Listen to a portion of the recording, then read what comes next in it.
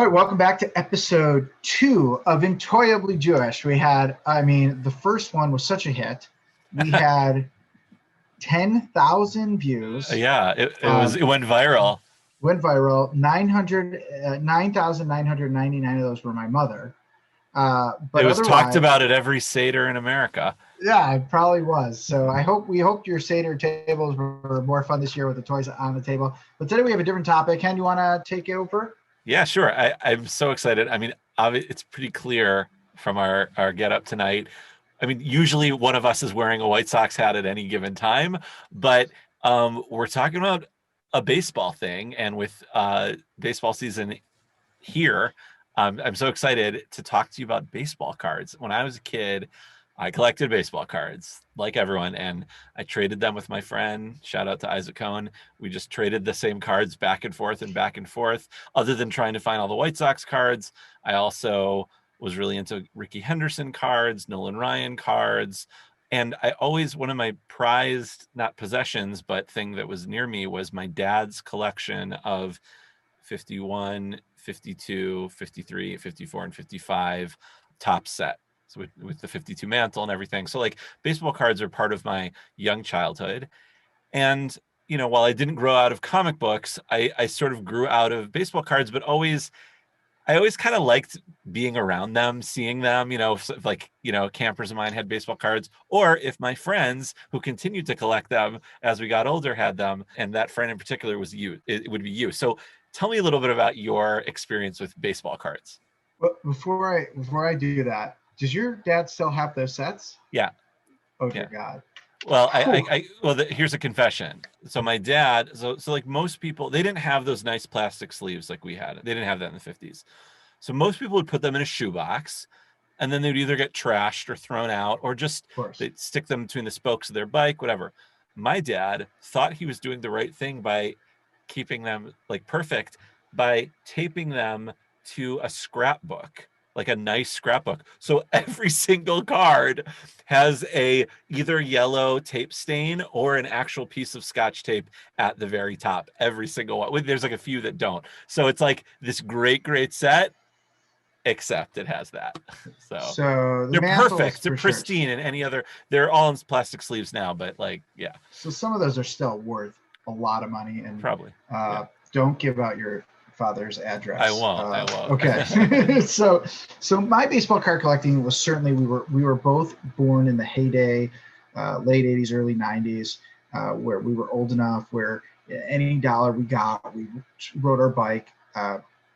Myself and my buddy David Elbaum, who lived a few houses away, we would save up. We'd go get a slushie at the Shell station, or the gas station, and then buy cards.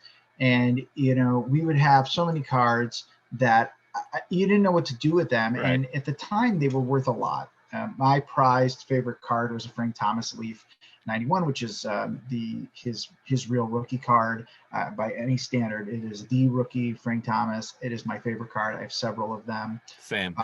Yeah, and so I've one in a case, one in a set. I'll have one graded. One signed for when we met him. I don't have that signed. But I do. Yeah. So this is a beautiful card. I'm very sentimental about that Leaf set. It's a great Sammy Sosa card, a great Ken Griffey Jr., Nolan Ryan. Then there was, I think, Topps, which really sort of still is the brand in baseball cards. And that's a little different than football and basketball cards today. I think Panini sort of has a little bit more of that market, but Topps is still the standard, I believe, for baseball cards. And I only ever bought the Topps. Like I was always a Topps guy. Like I didn't care about Donruss. I didn't care about Fleer. What I did love was getting, if you like, the one Sox game a year where I could get the whole set of White Sox Upper Deck cards, and it was like $20 or something. That was like, it would be like a special thing. Yeah. And then like you had the Sox set for Upper Deck every year. Right. You needed Chris Snowpeck and Doug Drabek and Chris Stable, all the classic Ruben Sierra. Ruben Sierra. I have a Ruben Sierra bat, I think. So anyways, we used to go to Sox Fest and we would get some cards there. But in 1990, they did these turn back I'm going to show this because today's topic is going to be about Sandy Koufax cards. You can't not have an episode about Sandy Koufax, and he's just the greatest. So, I mean, he really, we talked about representation in the first episode. No one was, Hank Greenberg and Sandy Koufax, in some ways, are the greatest representation of Jews in the, early part of the 1900s in anything. They're the most recognizable Jews, transcending sports. Yeah, absolutely. Because they're the greatest. Right. There were Jews in Hollywood. There were Jews in music, but none of them were the best pitcher in baseball or the most feared hitter in baseball. Right. So this card was a turn back the clock, and I remember this is not my original young one. So this summer, because of COVID, I started buying boxes of cards again.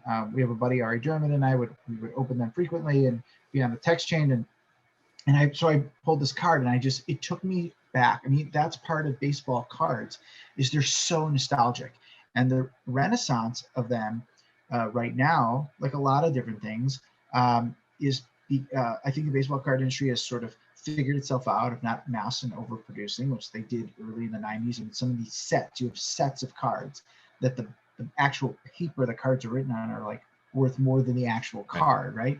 So including this set, right?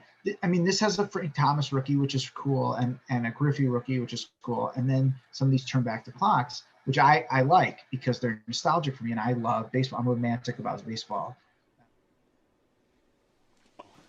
How can you not be romantic about baseball? So that's sort of like the first Koufax card that I remember. So first of all, before we get into Koufax, how did cards come back in the last few years? What happened? Where are we now with card collecting? Why is there such a boom right now? And the market for certain things is so high. Why is that? Yeah, it's crazy. So a few years ago, Stu Stone came out with this movie called The Jack of All Trades. This is on Tubo now, or Tubo, but it was on Netflix, and people started binging it, especially during COVID. I actually saw it a year from last August, almost a year and a half ago. I was on a plane, and it was one of the options. It's like, oh, what's this? And Jesse, my wife, was next to me, and I knocked next to her, like, this is the movie. This is made for me. This movie was made for me. And I was so excited about it. And I think that sort of sparked it. I think there is a new level of access to athletes and celebrities in general with like Cameo and different events and people doing signings. And then I think during COVID, like people wanted hobbies again because you couldn't socialize the same way. So you poured yourself into stuff. So, my collections vary. I have a very large Jewish sports collection, which is almost every rookie. The key to it is almost every rookie card. I'm missing one major rookie card, baseball card, and a few wrestling, but I believe I have every football rookie card. I have, which would be a really cool episode because there's not so many great football players, but there's a few cards that are really cool. Wait, what is the one card you're missing?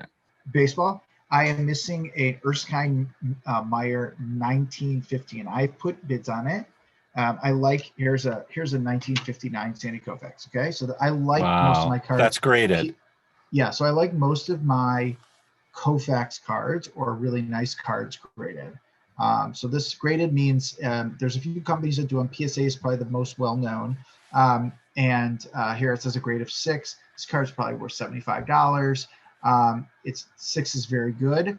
I try to get cards anywhere, a 3 would be great for me because I don't spend it. I'm not like, I don't have the kind of money to be buying, 10s. I'll show you another one that's also great. This is at a 6.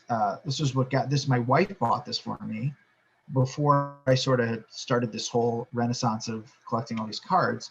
And so this is the 1962 Koufax. Hold it up a little bit. Yeah, there we go. Wow. So I also have a Jewish sports autograph collection. I have a rookie card of Chicago athletes collection, which is not nearly, I have a Rodman, I have a Grant, I have a Pippen, I have a Roenick, a Belfour, a Baines, which I have, and I bought you one, if you remember that. So I have some of those collections. And then I have a Jewish sports toy collection, but the cards, really the key is that I'm looking for all the Jewish rookie cards, and then I'm slowly collecting all the graded Koufax when he played. So this is not from when his playing days. Right. This is a turn back the clock. So right. this would not, I don't need this graded, right. but I will want these as a stack. So there's about the 10 so years. So is there, you mentioned a card that you don't have that you're trying to get. Is there a Koufax, let's call it a Holy Grail card that you still want? So I don't have all the cards. I have 3 graded cards. So I showed you the 2, and then I have this. So I have other Koufax cards. Hold it up. So this is the rookie card. And I think, wow. Here's Stu Stone talking about the 1955 Sandy Koufax card. All right, so I want to bring on an expert for our show today, Stu Stone, the director, creator of Jack of All Trades, who knows more about baseball cards than most people in this world. I check out his story and his movie. You can find it on multiple places. Stu, how you doing? I'm good, man. It's good to be here. It's nice, always nice to talk to a rabbi about collectibles. I want to get your take on his rookie card. I got this graded as a 3. You know, so it's not the most valuable Jewish baseball card. Probably the Erskine Meyer or the James Levy card. Is there a Hank Greenberg card? There's a Hank Greenberg rookie, which is worth more than the Sandy Koufax rookie. But I believe this is the most important Jewish baseball card ever made. Well, I would say to you that I would agree with that because, and I think it's the most valuable one, no matter what the price says, because that, like what Sandy Koufax accomplished, although Hank Greenberg is no slouch, and I'm not as familiar with the careers of the other guys you mentioned, but Sandy Koufax transcends baseball. Like, this is a guy that's become like a Jewish, like if there was a new Bible written, there would be like a passage on Sandy Koufax. Like, that's how highly regarded he is by the Jewish community. He's the first athlete of this post-war generation where everybody had a guy to embrace. He was the only one, and he was the best. Like, this guy pitched until his arm broke off. Like, literally, he, in any other generation, he would probably have a 20-year career, but like, they didn't have sports medicine when he pitched. They didn't have like, you know, they weren't able to solve problems with needles and stuff back then.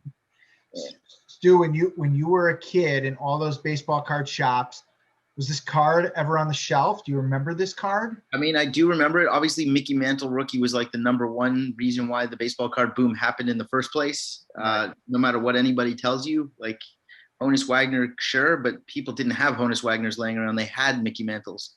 So I think just growing up Jewish, the Sandy Koufax card was obviously important to my father. And all I heard about was how great, you know, every Jew knows this one fact. Sandy Koufax didn't play on Yom Kippur. Everybody knows whatever that story is. Like, every Jewish kid of a certain generation has been told that by everybody. Stu, you want to bring it all together? You want your mind to blow just a little bit? Sure. You can find this online because I've written about it. It's believed that Sandy Koufax, that happened in St. Paul, Minnesota. He was staying at the St. Paul Hotel. And the story is, there's a midrash, and midrash in Judaism is like a fable, right? That he was at my synagogue, where the synagogue I serve currently, during high holiday services. The rabbi said he was there. He claimed it. The rabbi is no longer. I wrote a whole story about it called the Koufax Midrash. You can check it out online. Hold on. Let's just talk about this card for 1 second. That's a 1955 Topps Sandy Koufax. 1955 Topps, graded very good at a 3, mainly because I have budgetary issues. I believe, and I could be wrong, but I'm pretty confident, Cy Berger, who was the artist from Topps who did the Mickey Mantle and all the beautiful 1952, probably did that top set that you're looking at, because it looks like it's a drawing, not a picture. Right. Yeah. It's very possible that's like a double Jewish card, because it's like designed by a Jewish guy also. I love it. Stu, when are we getting? It's a must-have. That's a must-have card. When are we getting a Stu Stone baseball card? You know, I wish one card at a time. I just got foul ball Paul. I got to work on Stu Stone. All right, Stu. Thanks so much. No problem. Happy collecting. That's great. Yeah. And my dad has that card. It just has a piece of tape on it. It just has a piece. So this is graded at a 3. This is worth a couple $100. Probably right now, I bet it's a 3 is probably going. I think I got this in an auction. You know, I get most of these cards on eBay. I have a local card shop that I go to that I love. It's called 3 Star Sports Card. I've gone a few times during COVID because they've done a really good job of making it an inviting place and safe. But I can't really sit. So I used to like sit at their computer and sift through tons of cards or boxes and boxes of cards. Obviously during COVID, I am not doing that. Well, not obviously, but I'm not doing that. But I'll go in and buy packs, or if there's a specific card that I know beforehand, I send it to them on their, I go online. It doesn't, going to a card shop for someone like me is incredibly nostalgic. It's incredibly relaxing. I lose my mind in a good way in like just sort of the calm of looking at nostalgic pieces. So, these are the three I'm working on. I'm waiting for card shows to come back, and that's when I like, you and I call it, and other people I'm sure, finding things out in the wild, which means not buying them on Amazon or eBay or online. It's so much more exciting. Buy them. So much more exciting, whether it's a toy or a card.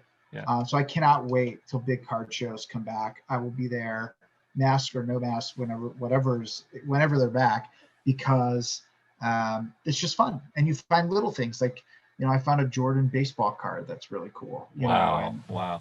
So, well, let me ask you a question about card collecting, because I have that same experience when I go to a comic shop. Like if I'm in a new city, obviously pre-COVID, I'd like request time from my wife for a few hours to go find if there's a local comic book shop, because I want to check it out. I've seen quite a few in a bunch of fun cities. There's two things I look for: sale books, trade paperbacks on sale, and their back issue collection. And there's so back issues, you like look through thousands of comic books that are usually bagged and boarded, whatever. There's also the experience of looking through a 25-cent bin or 50-cent bin, and that's literally sifting through random comics. It could be anything. And occasionally I'll find things that either I had, but I'll still want to get them because it's fun to get them in the moment, and it's 25 cents. And I feel like I need to rescue them. Like if it's a Superman comic, like this shouldn't be here. It should be with me, even though I already have it, And so when you say you go to a card shop, this is all my question, are you sifting through rows of cards looking for one card, or is everything itemized, every card? Like, are there like random blocks of cards that you have to like sift through to look? So all of it. All of that experience happens with cards too. Here's the only difference. So usually at most card shops today, their big sales are boxes. So they have these groups and clubs. I'm not a part of any, that they're called box breakers. Yeah. So, I've heard of card breaking. I've heard of that. That's like a big like gambling thing right now. It's a gambling thing, because you can go in, you buy a box, and you could hit on this like one of one LeBron James, and he'd be worth $10,000. At the same time, you might get nothing. Mm-hmm. So you could spend $150 and get nothing. You also can spend $150 and get $10,000 with the card. There's also, I've seen guys, which I've never done, split the box with the owner. So they either have like a certain amount of money they have to get back for the box that they bought. And that's kind of gambling too, because he might get the rookie card and you might get Doug Dre back. But you owe a certain amount back to the shop. So there's rows and rows of boxes of all sports, and non-sports, Magic and Star Wars. Star Trek. I also collected X-Men Fleer Ultra cards. Yeah, and I collected Star Trek cards, and I collected Superman cards. Yeah, so there's stuff like that. And then when it's non-COVID, there's I sift through. But with the 25-cent boxes, what I do is look for Jewish sports cards. Anyone who I know is Jewish, so I see it, I will buy it, not just to rescue them, but I will then use it for an autograph, try to get it signed, or give it away, or give it to my kids or nephews when they're like as prizes. So a lot of kids will come when they come over. Like I'll give you an example. When I go as a rabbi to the schools, a lot of the rabbis go and they just teach Torah, which is also really important. But these kids are seeing Torah all the time when they're in a Jewish day school, right? So I go and talk about Jewish sports, and they always leave with a card.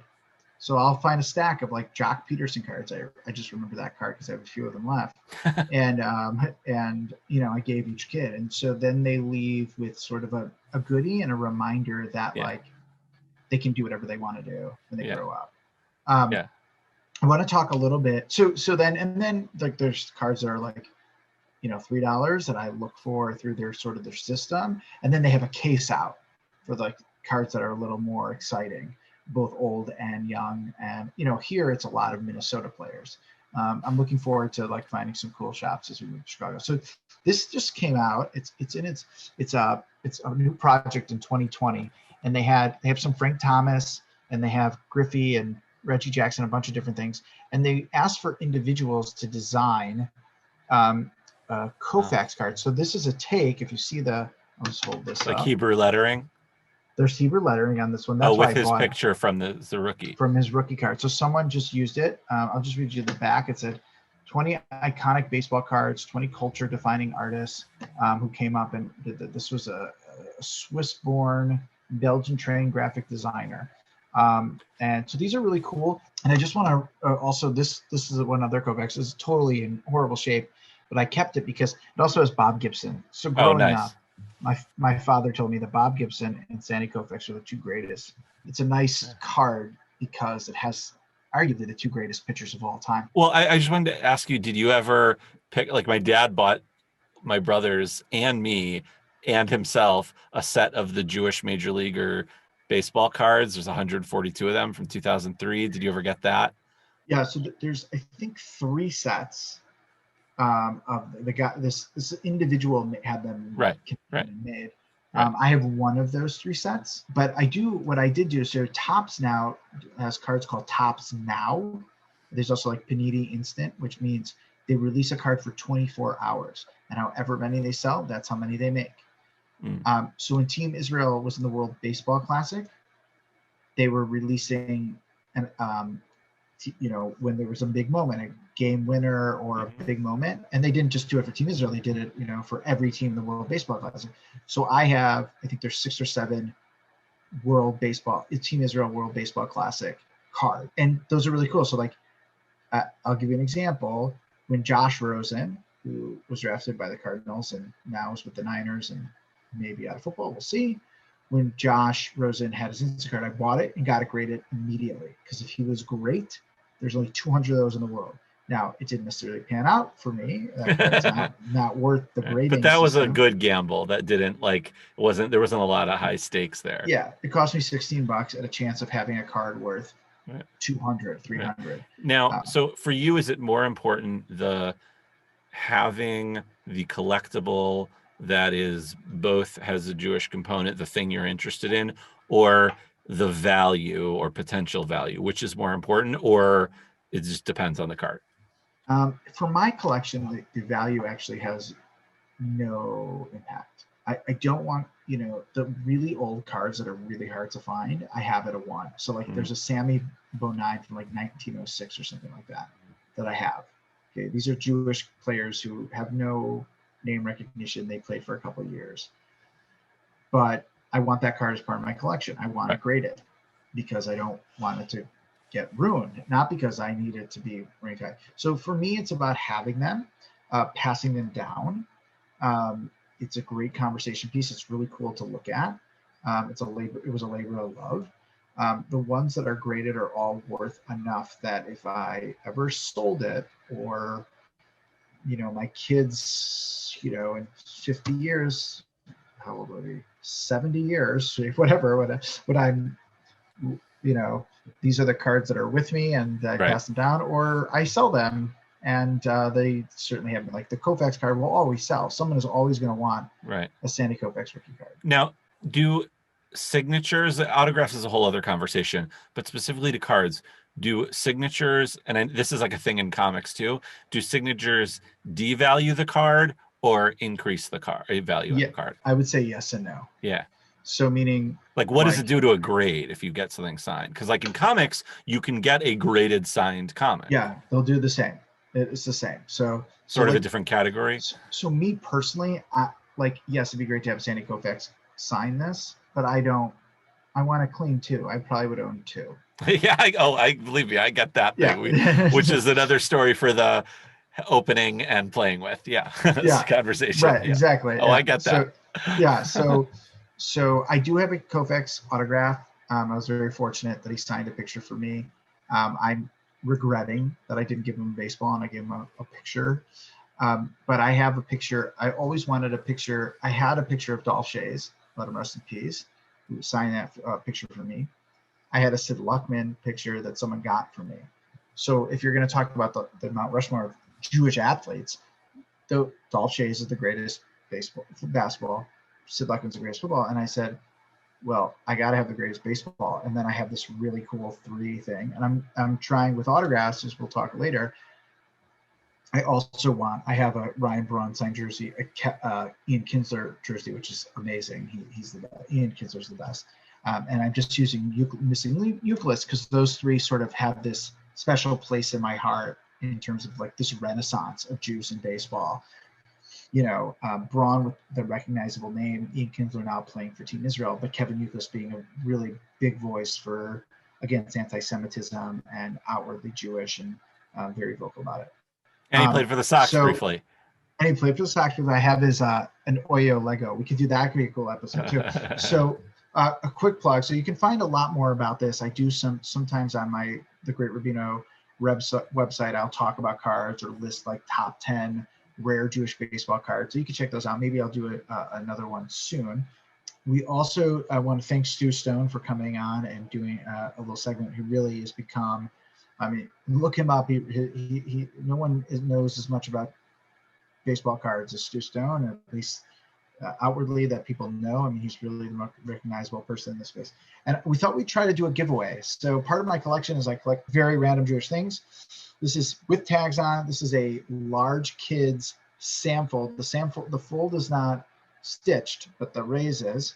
And Henry and I went to a Rays game. That's not where we got this. No. That's not where we got it. That was one of the weirdest baseball experiences. Raise up. Raise up. If people are interested in this, let me know. Like the EnTOYably Jewish Network page, share this episode, and tell us why you deserve and what you would do with this Rays jersey, and maybe it'll be yours. If you're a Jewish card collector or you're a card collector who just needs it, obviously the Koufax is the greatest, but then let us know what cards you're collecting.